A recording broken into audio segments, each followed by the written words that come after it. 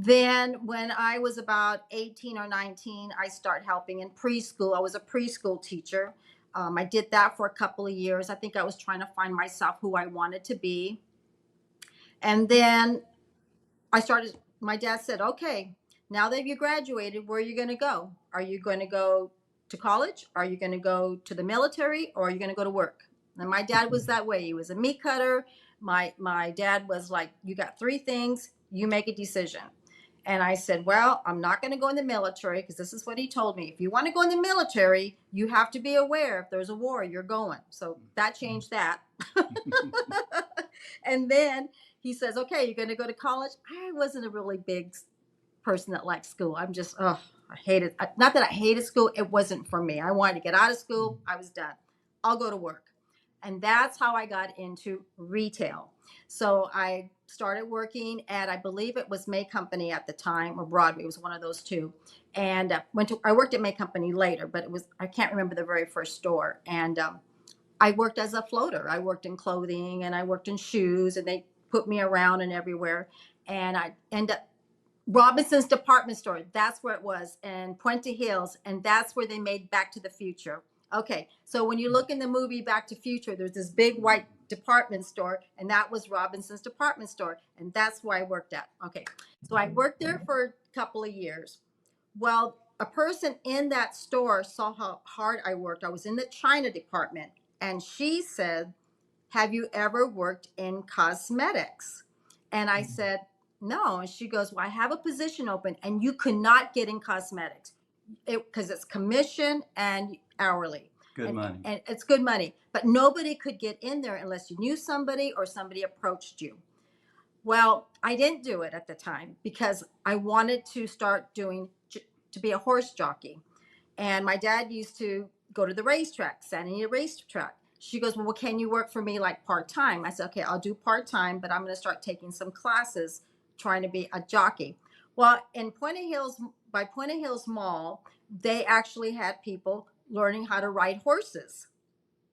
I never rode a horse in my life.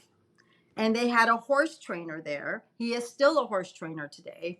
And he came down, and the person that was teaching us how to ride horses, he came down to see us, all of us. He invited us to the stables where he works. Is David Bernstein. I guess he's still a trainer today.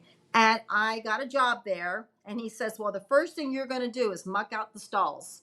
And I learned how to clean the horses, muck out the stalls. He didn't give me this fancy job as to be a horse jockey or be a person that they ride horses and they train the horses. Yeah, and that's when John Henry was there. All these horses. I saw Willie Shoemaker. I met Lafitte Penkai. I met a lot of people working in the back, and it is a hard business.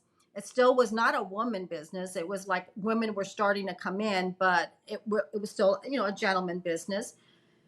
But these horses are strong, and they go fast. They're going like 6,500 miles an hour, and you weigh like 90 pounds. I can see why a lot of these jockeys can get hurt. But I did learn how to exercise horses a little bit, but I didn't want to do that at the end. And I did that for a couple of years. So I did the Santa Anita racetrack. I did the Hollywood Park. I did the Del Mar.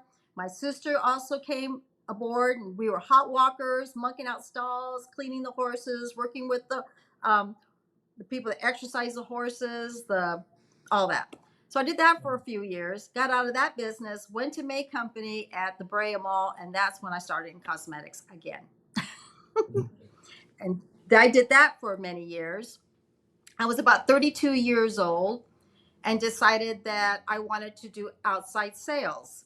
Well, I got a job selling Aveda hair care products, but the location was Central California. And I was like, oh, so that means I need to relocate. And I did.